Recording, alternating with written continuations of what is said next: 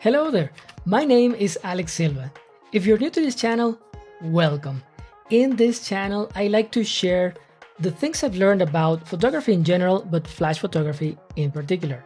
In this video, I'd like to share with you how I shot images for a fashion catalog, specifically this image. This kind of image is actually pretty common in fashion catalogs with a white background, so you only focus on the garment and the model. For this look, I used 3 flashes and 2 of them are working together as if they were one. Now, how I got the shoot. As you can see in the behind the scenes image, we can see that this was shot in a studio with a white seamless background and using 3 lights. 2 of these lights are Godox TT685 flashes mounted on light stands, and I'm shooting with shoot-through translucent umbrellas. These umbrellas are pointed towards the background. Those are the lights that are going to ensure that my background looks white. Both lights on the background are working on the same channel, in this case channel B, and they were set to 1/16th power. The main light, the one that is actually lighting the model and the dresses, or the gowns in this case, is a Godox TT600 placed inside an 85 centimeter octabox, and this octabox is placed high above the model's face, but also slightly to one side, so the light is not completely aligned with the camera, and we create some shadows not only for the face of the model, which are not the most important in this case, but I want to ensure that I can see that we can see the texture on the gowns. The main light is in channel A. I like to use channel A for the main, B for backgrounds or whatever else we use, and it was set at 1/16th power as well. The camera that I used was my trusty Fujifilm X-T2. The lens that I used was the Fujifilm kit lens, the XF18 to 55mm 2.8 to 4.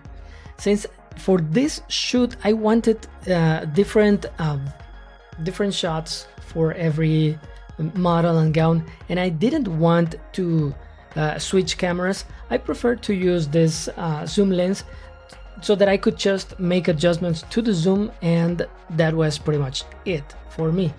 That was the only thing that I needed to change between shoots. Other than that, my parameters in the camera were exactly the same all the time, at ISO 200, an aperture of 7.1, and a shutter speed of 1/250th of a second. Those parameters allowed me to ignore ambient light, and the only light that I'm capturing is the one coming from the flashes.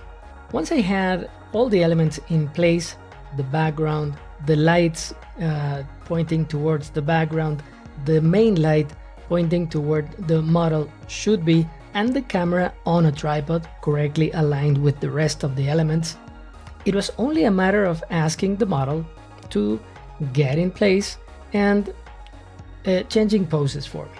These poses allowed me to show different views of the gowns, starting with a full body shot and then getting closer and closer so we could show some details of the different gowns. Some had, for example, big bows, some others had specific embroidery that the designer was interested in showing in the images, things like that.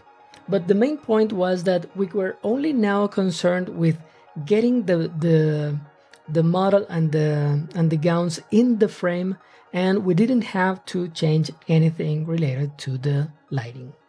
After the shoot, I took my images and imported them into Lightroom, selected them, and for most images, the post-processing was actually very similar.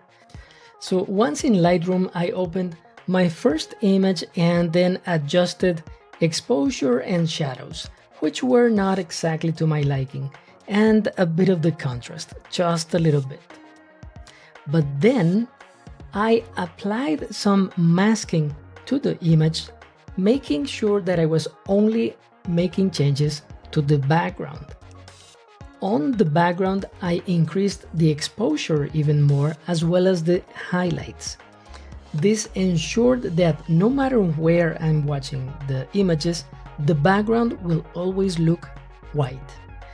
And there you have it. That is how I shot a fashion catalog image using the white background, 3 flashes, and very simple post-processing. I really hope you found this video interesting, informative, but also entertaining. If that is the case and you want to support this channel, you can press the thanks button, the one with the small heart. You can also watch some other suggested content and of course subscribe to the channel. Please remember to stay safe, keep learning, and keep creating. And I'll see you in the next video.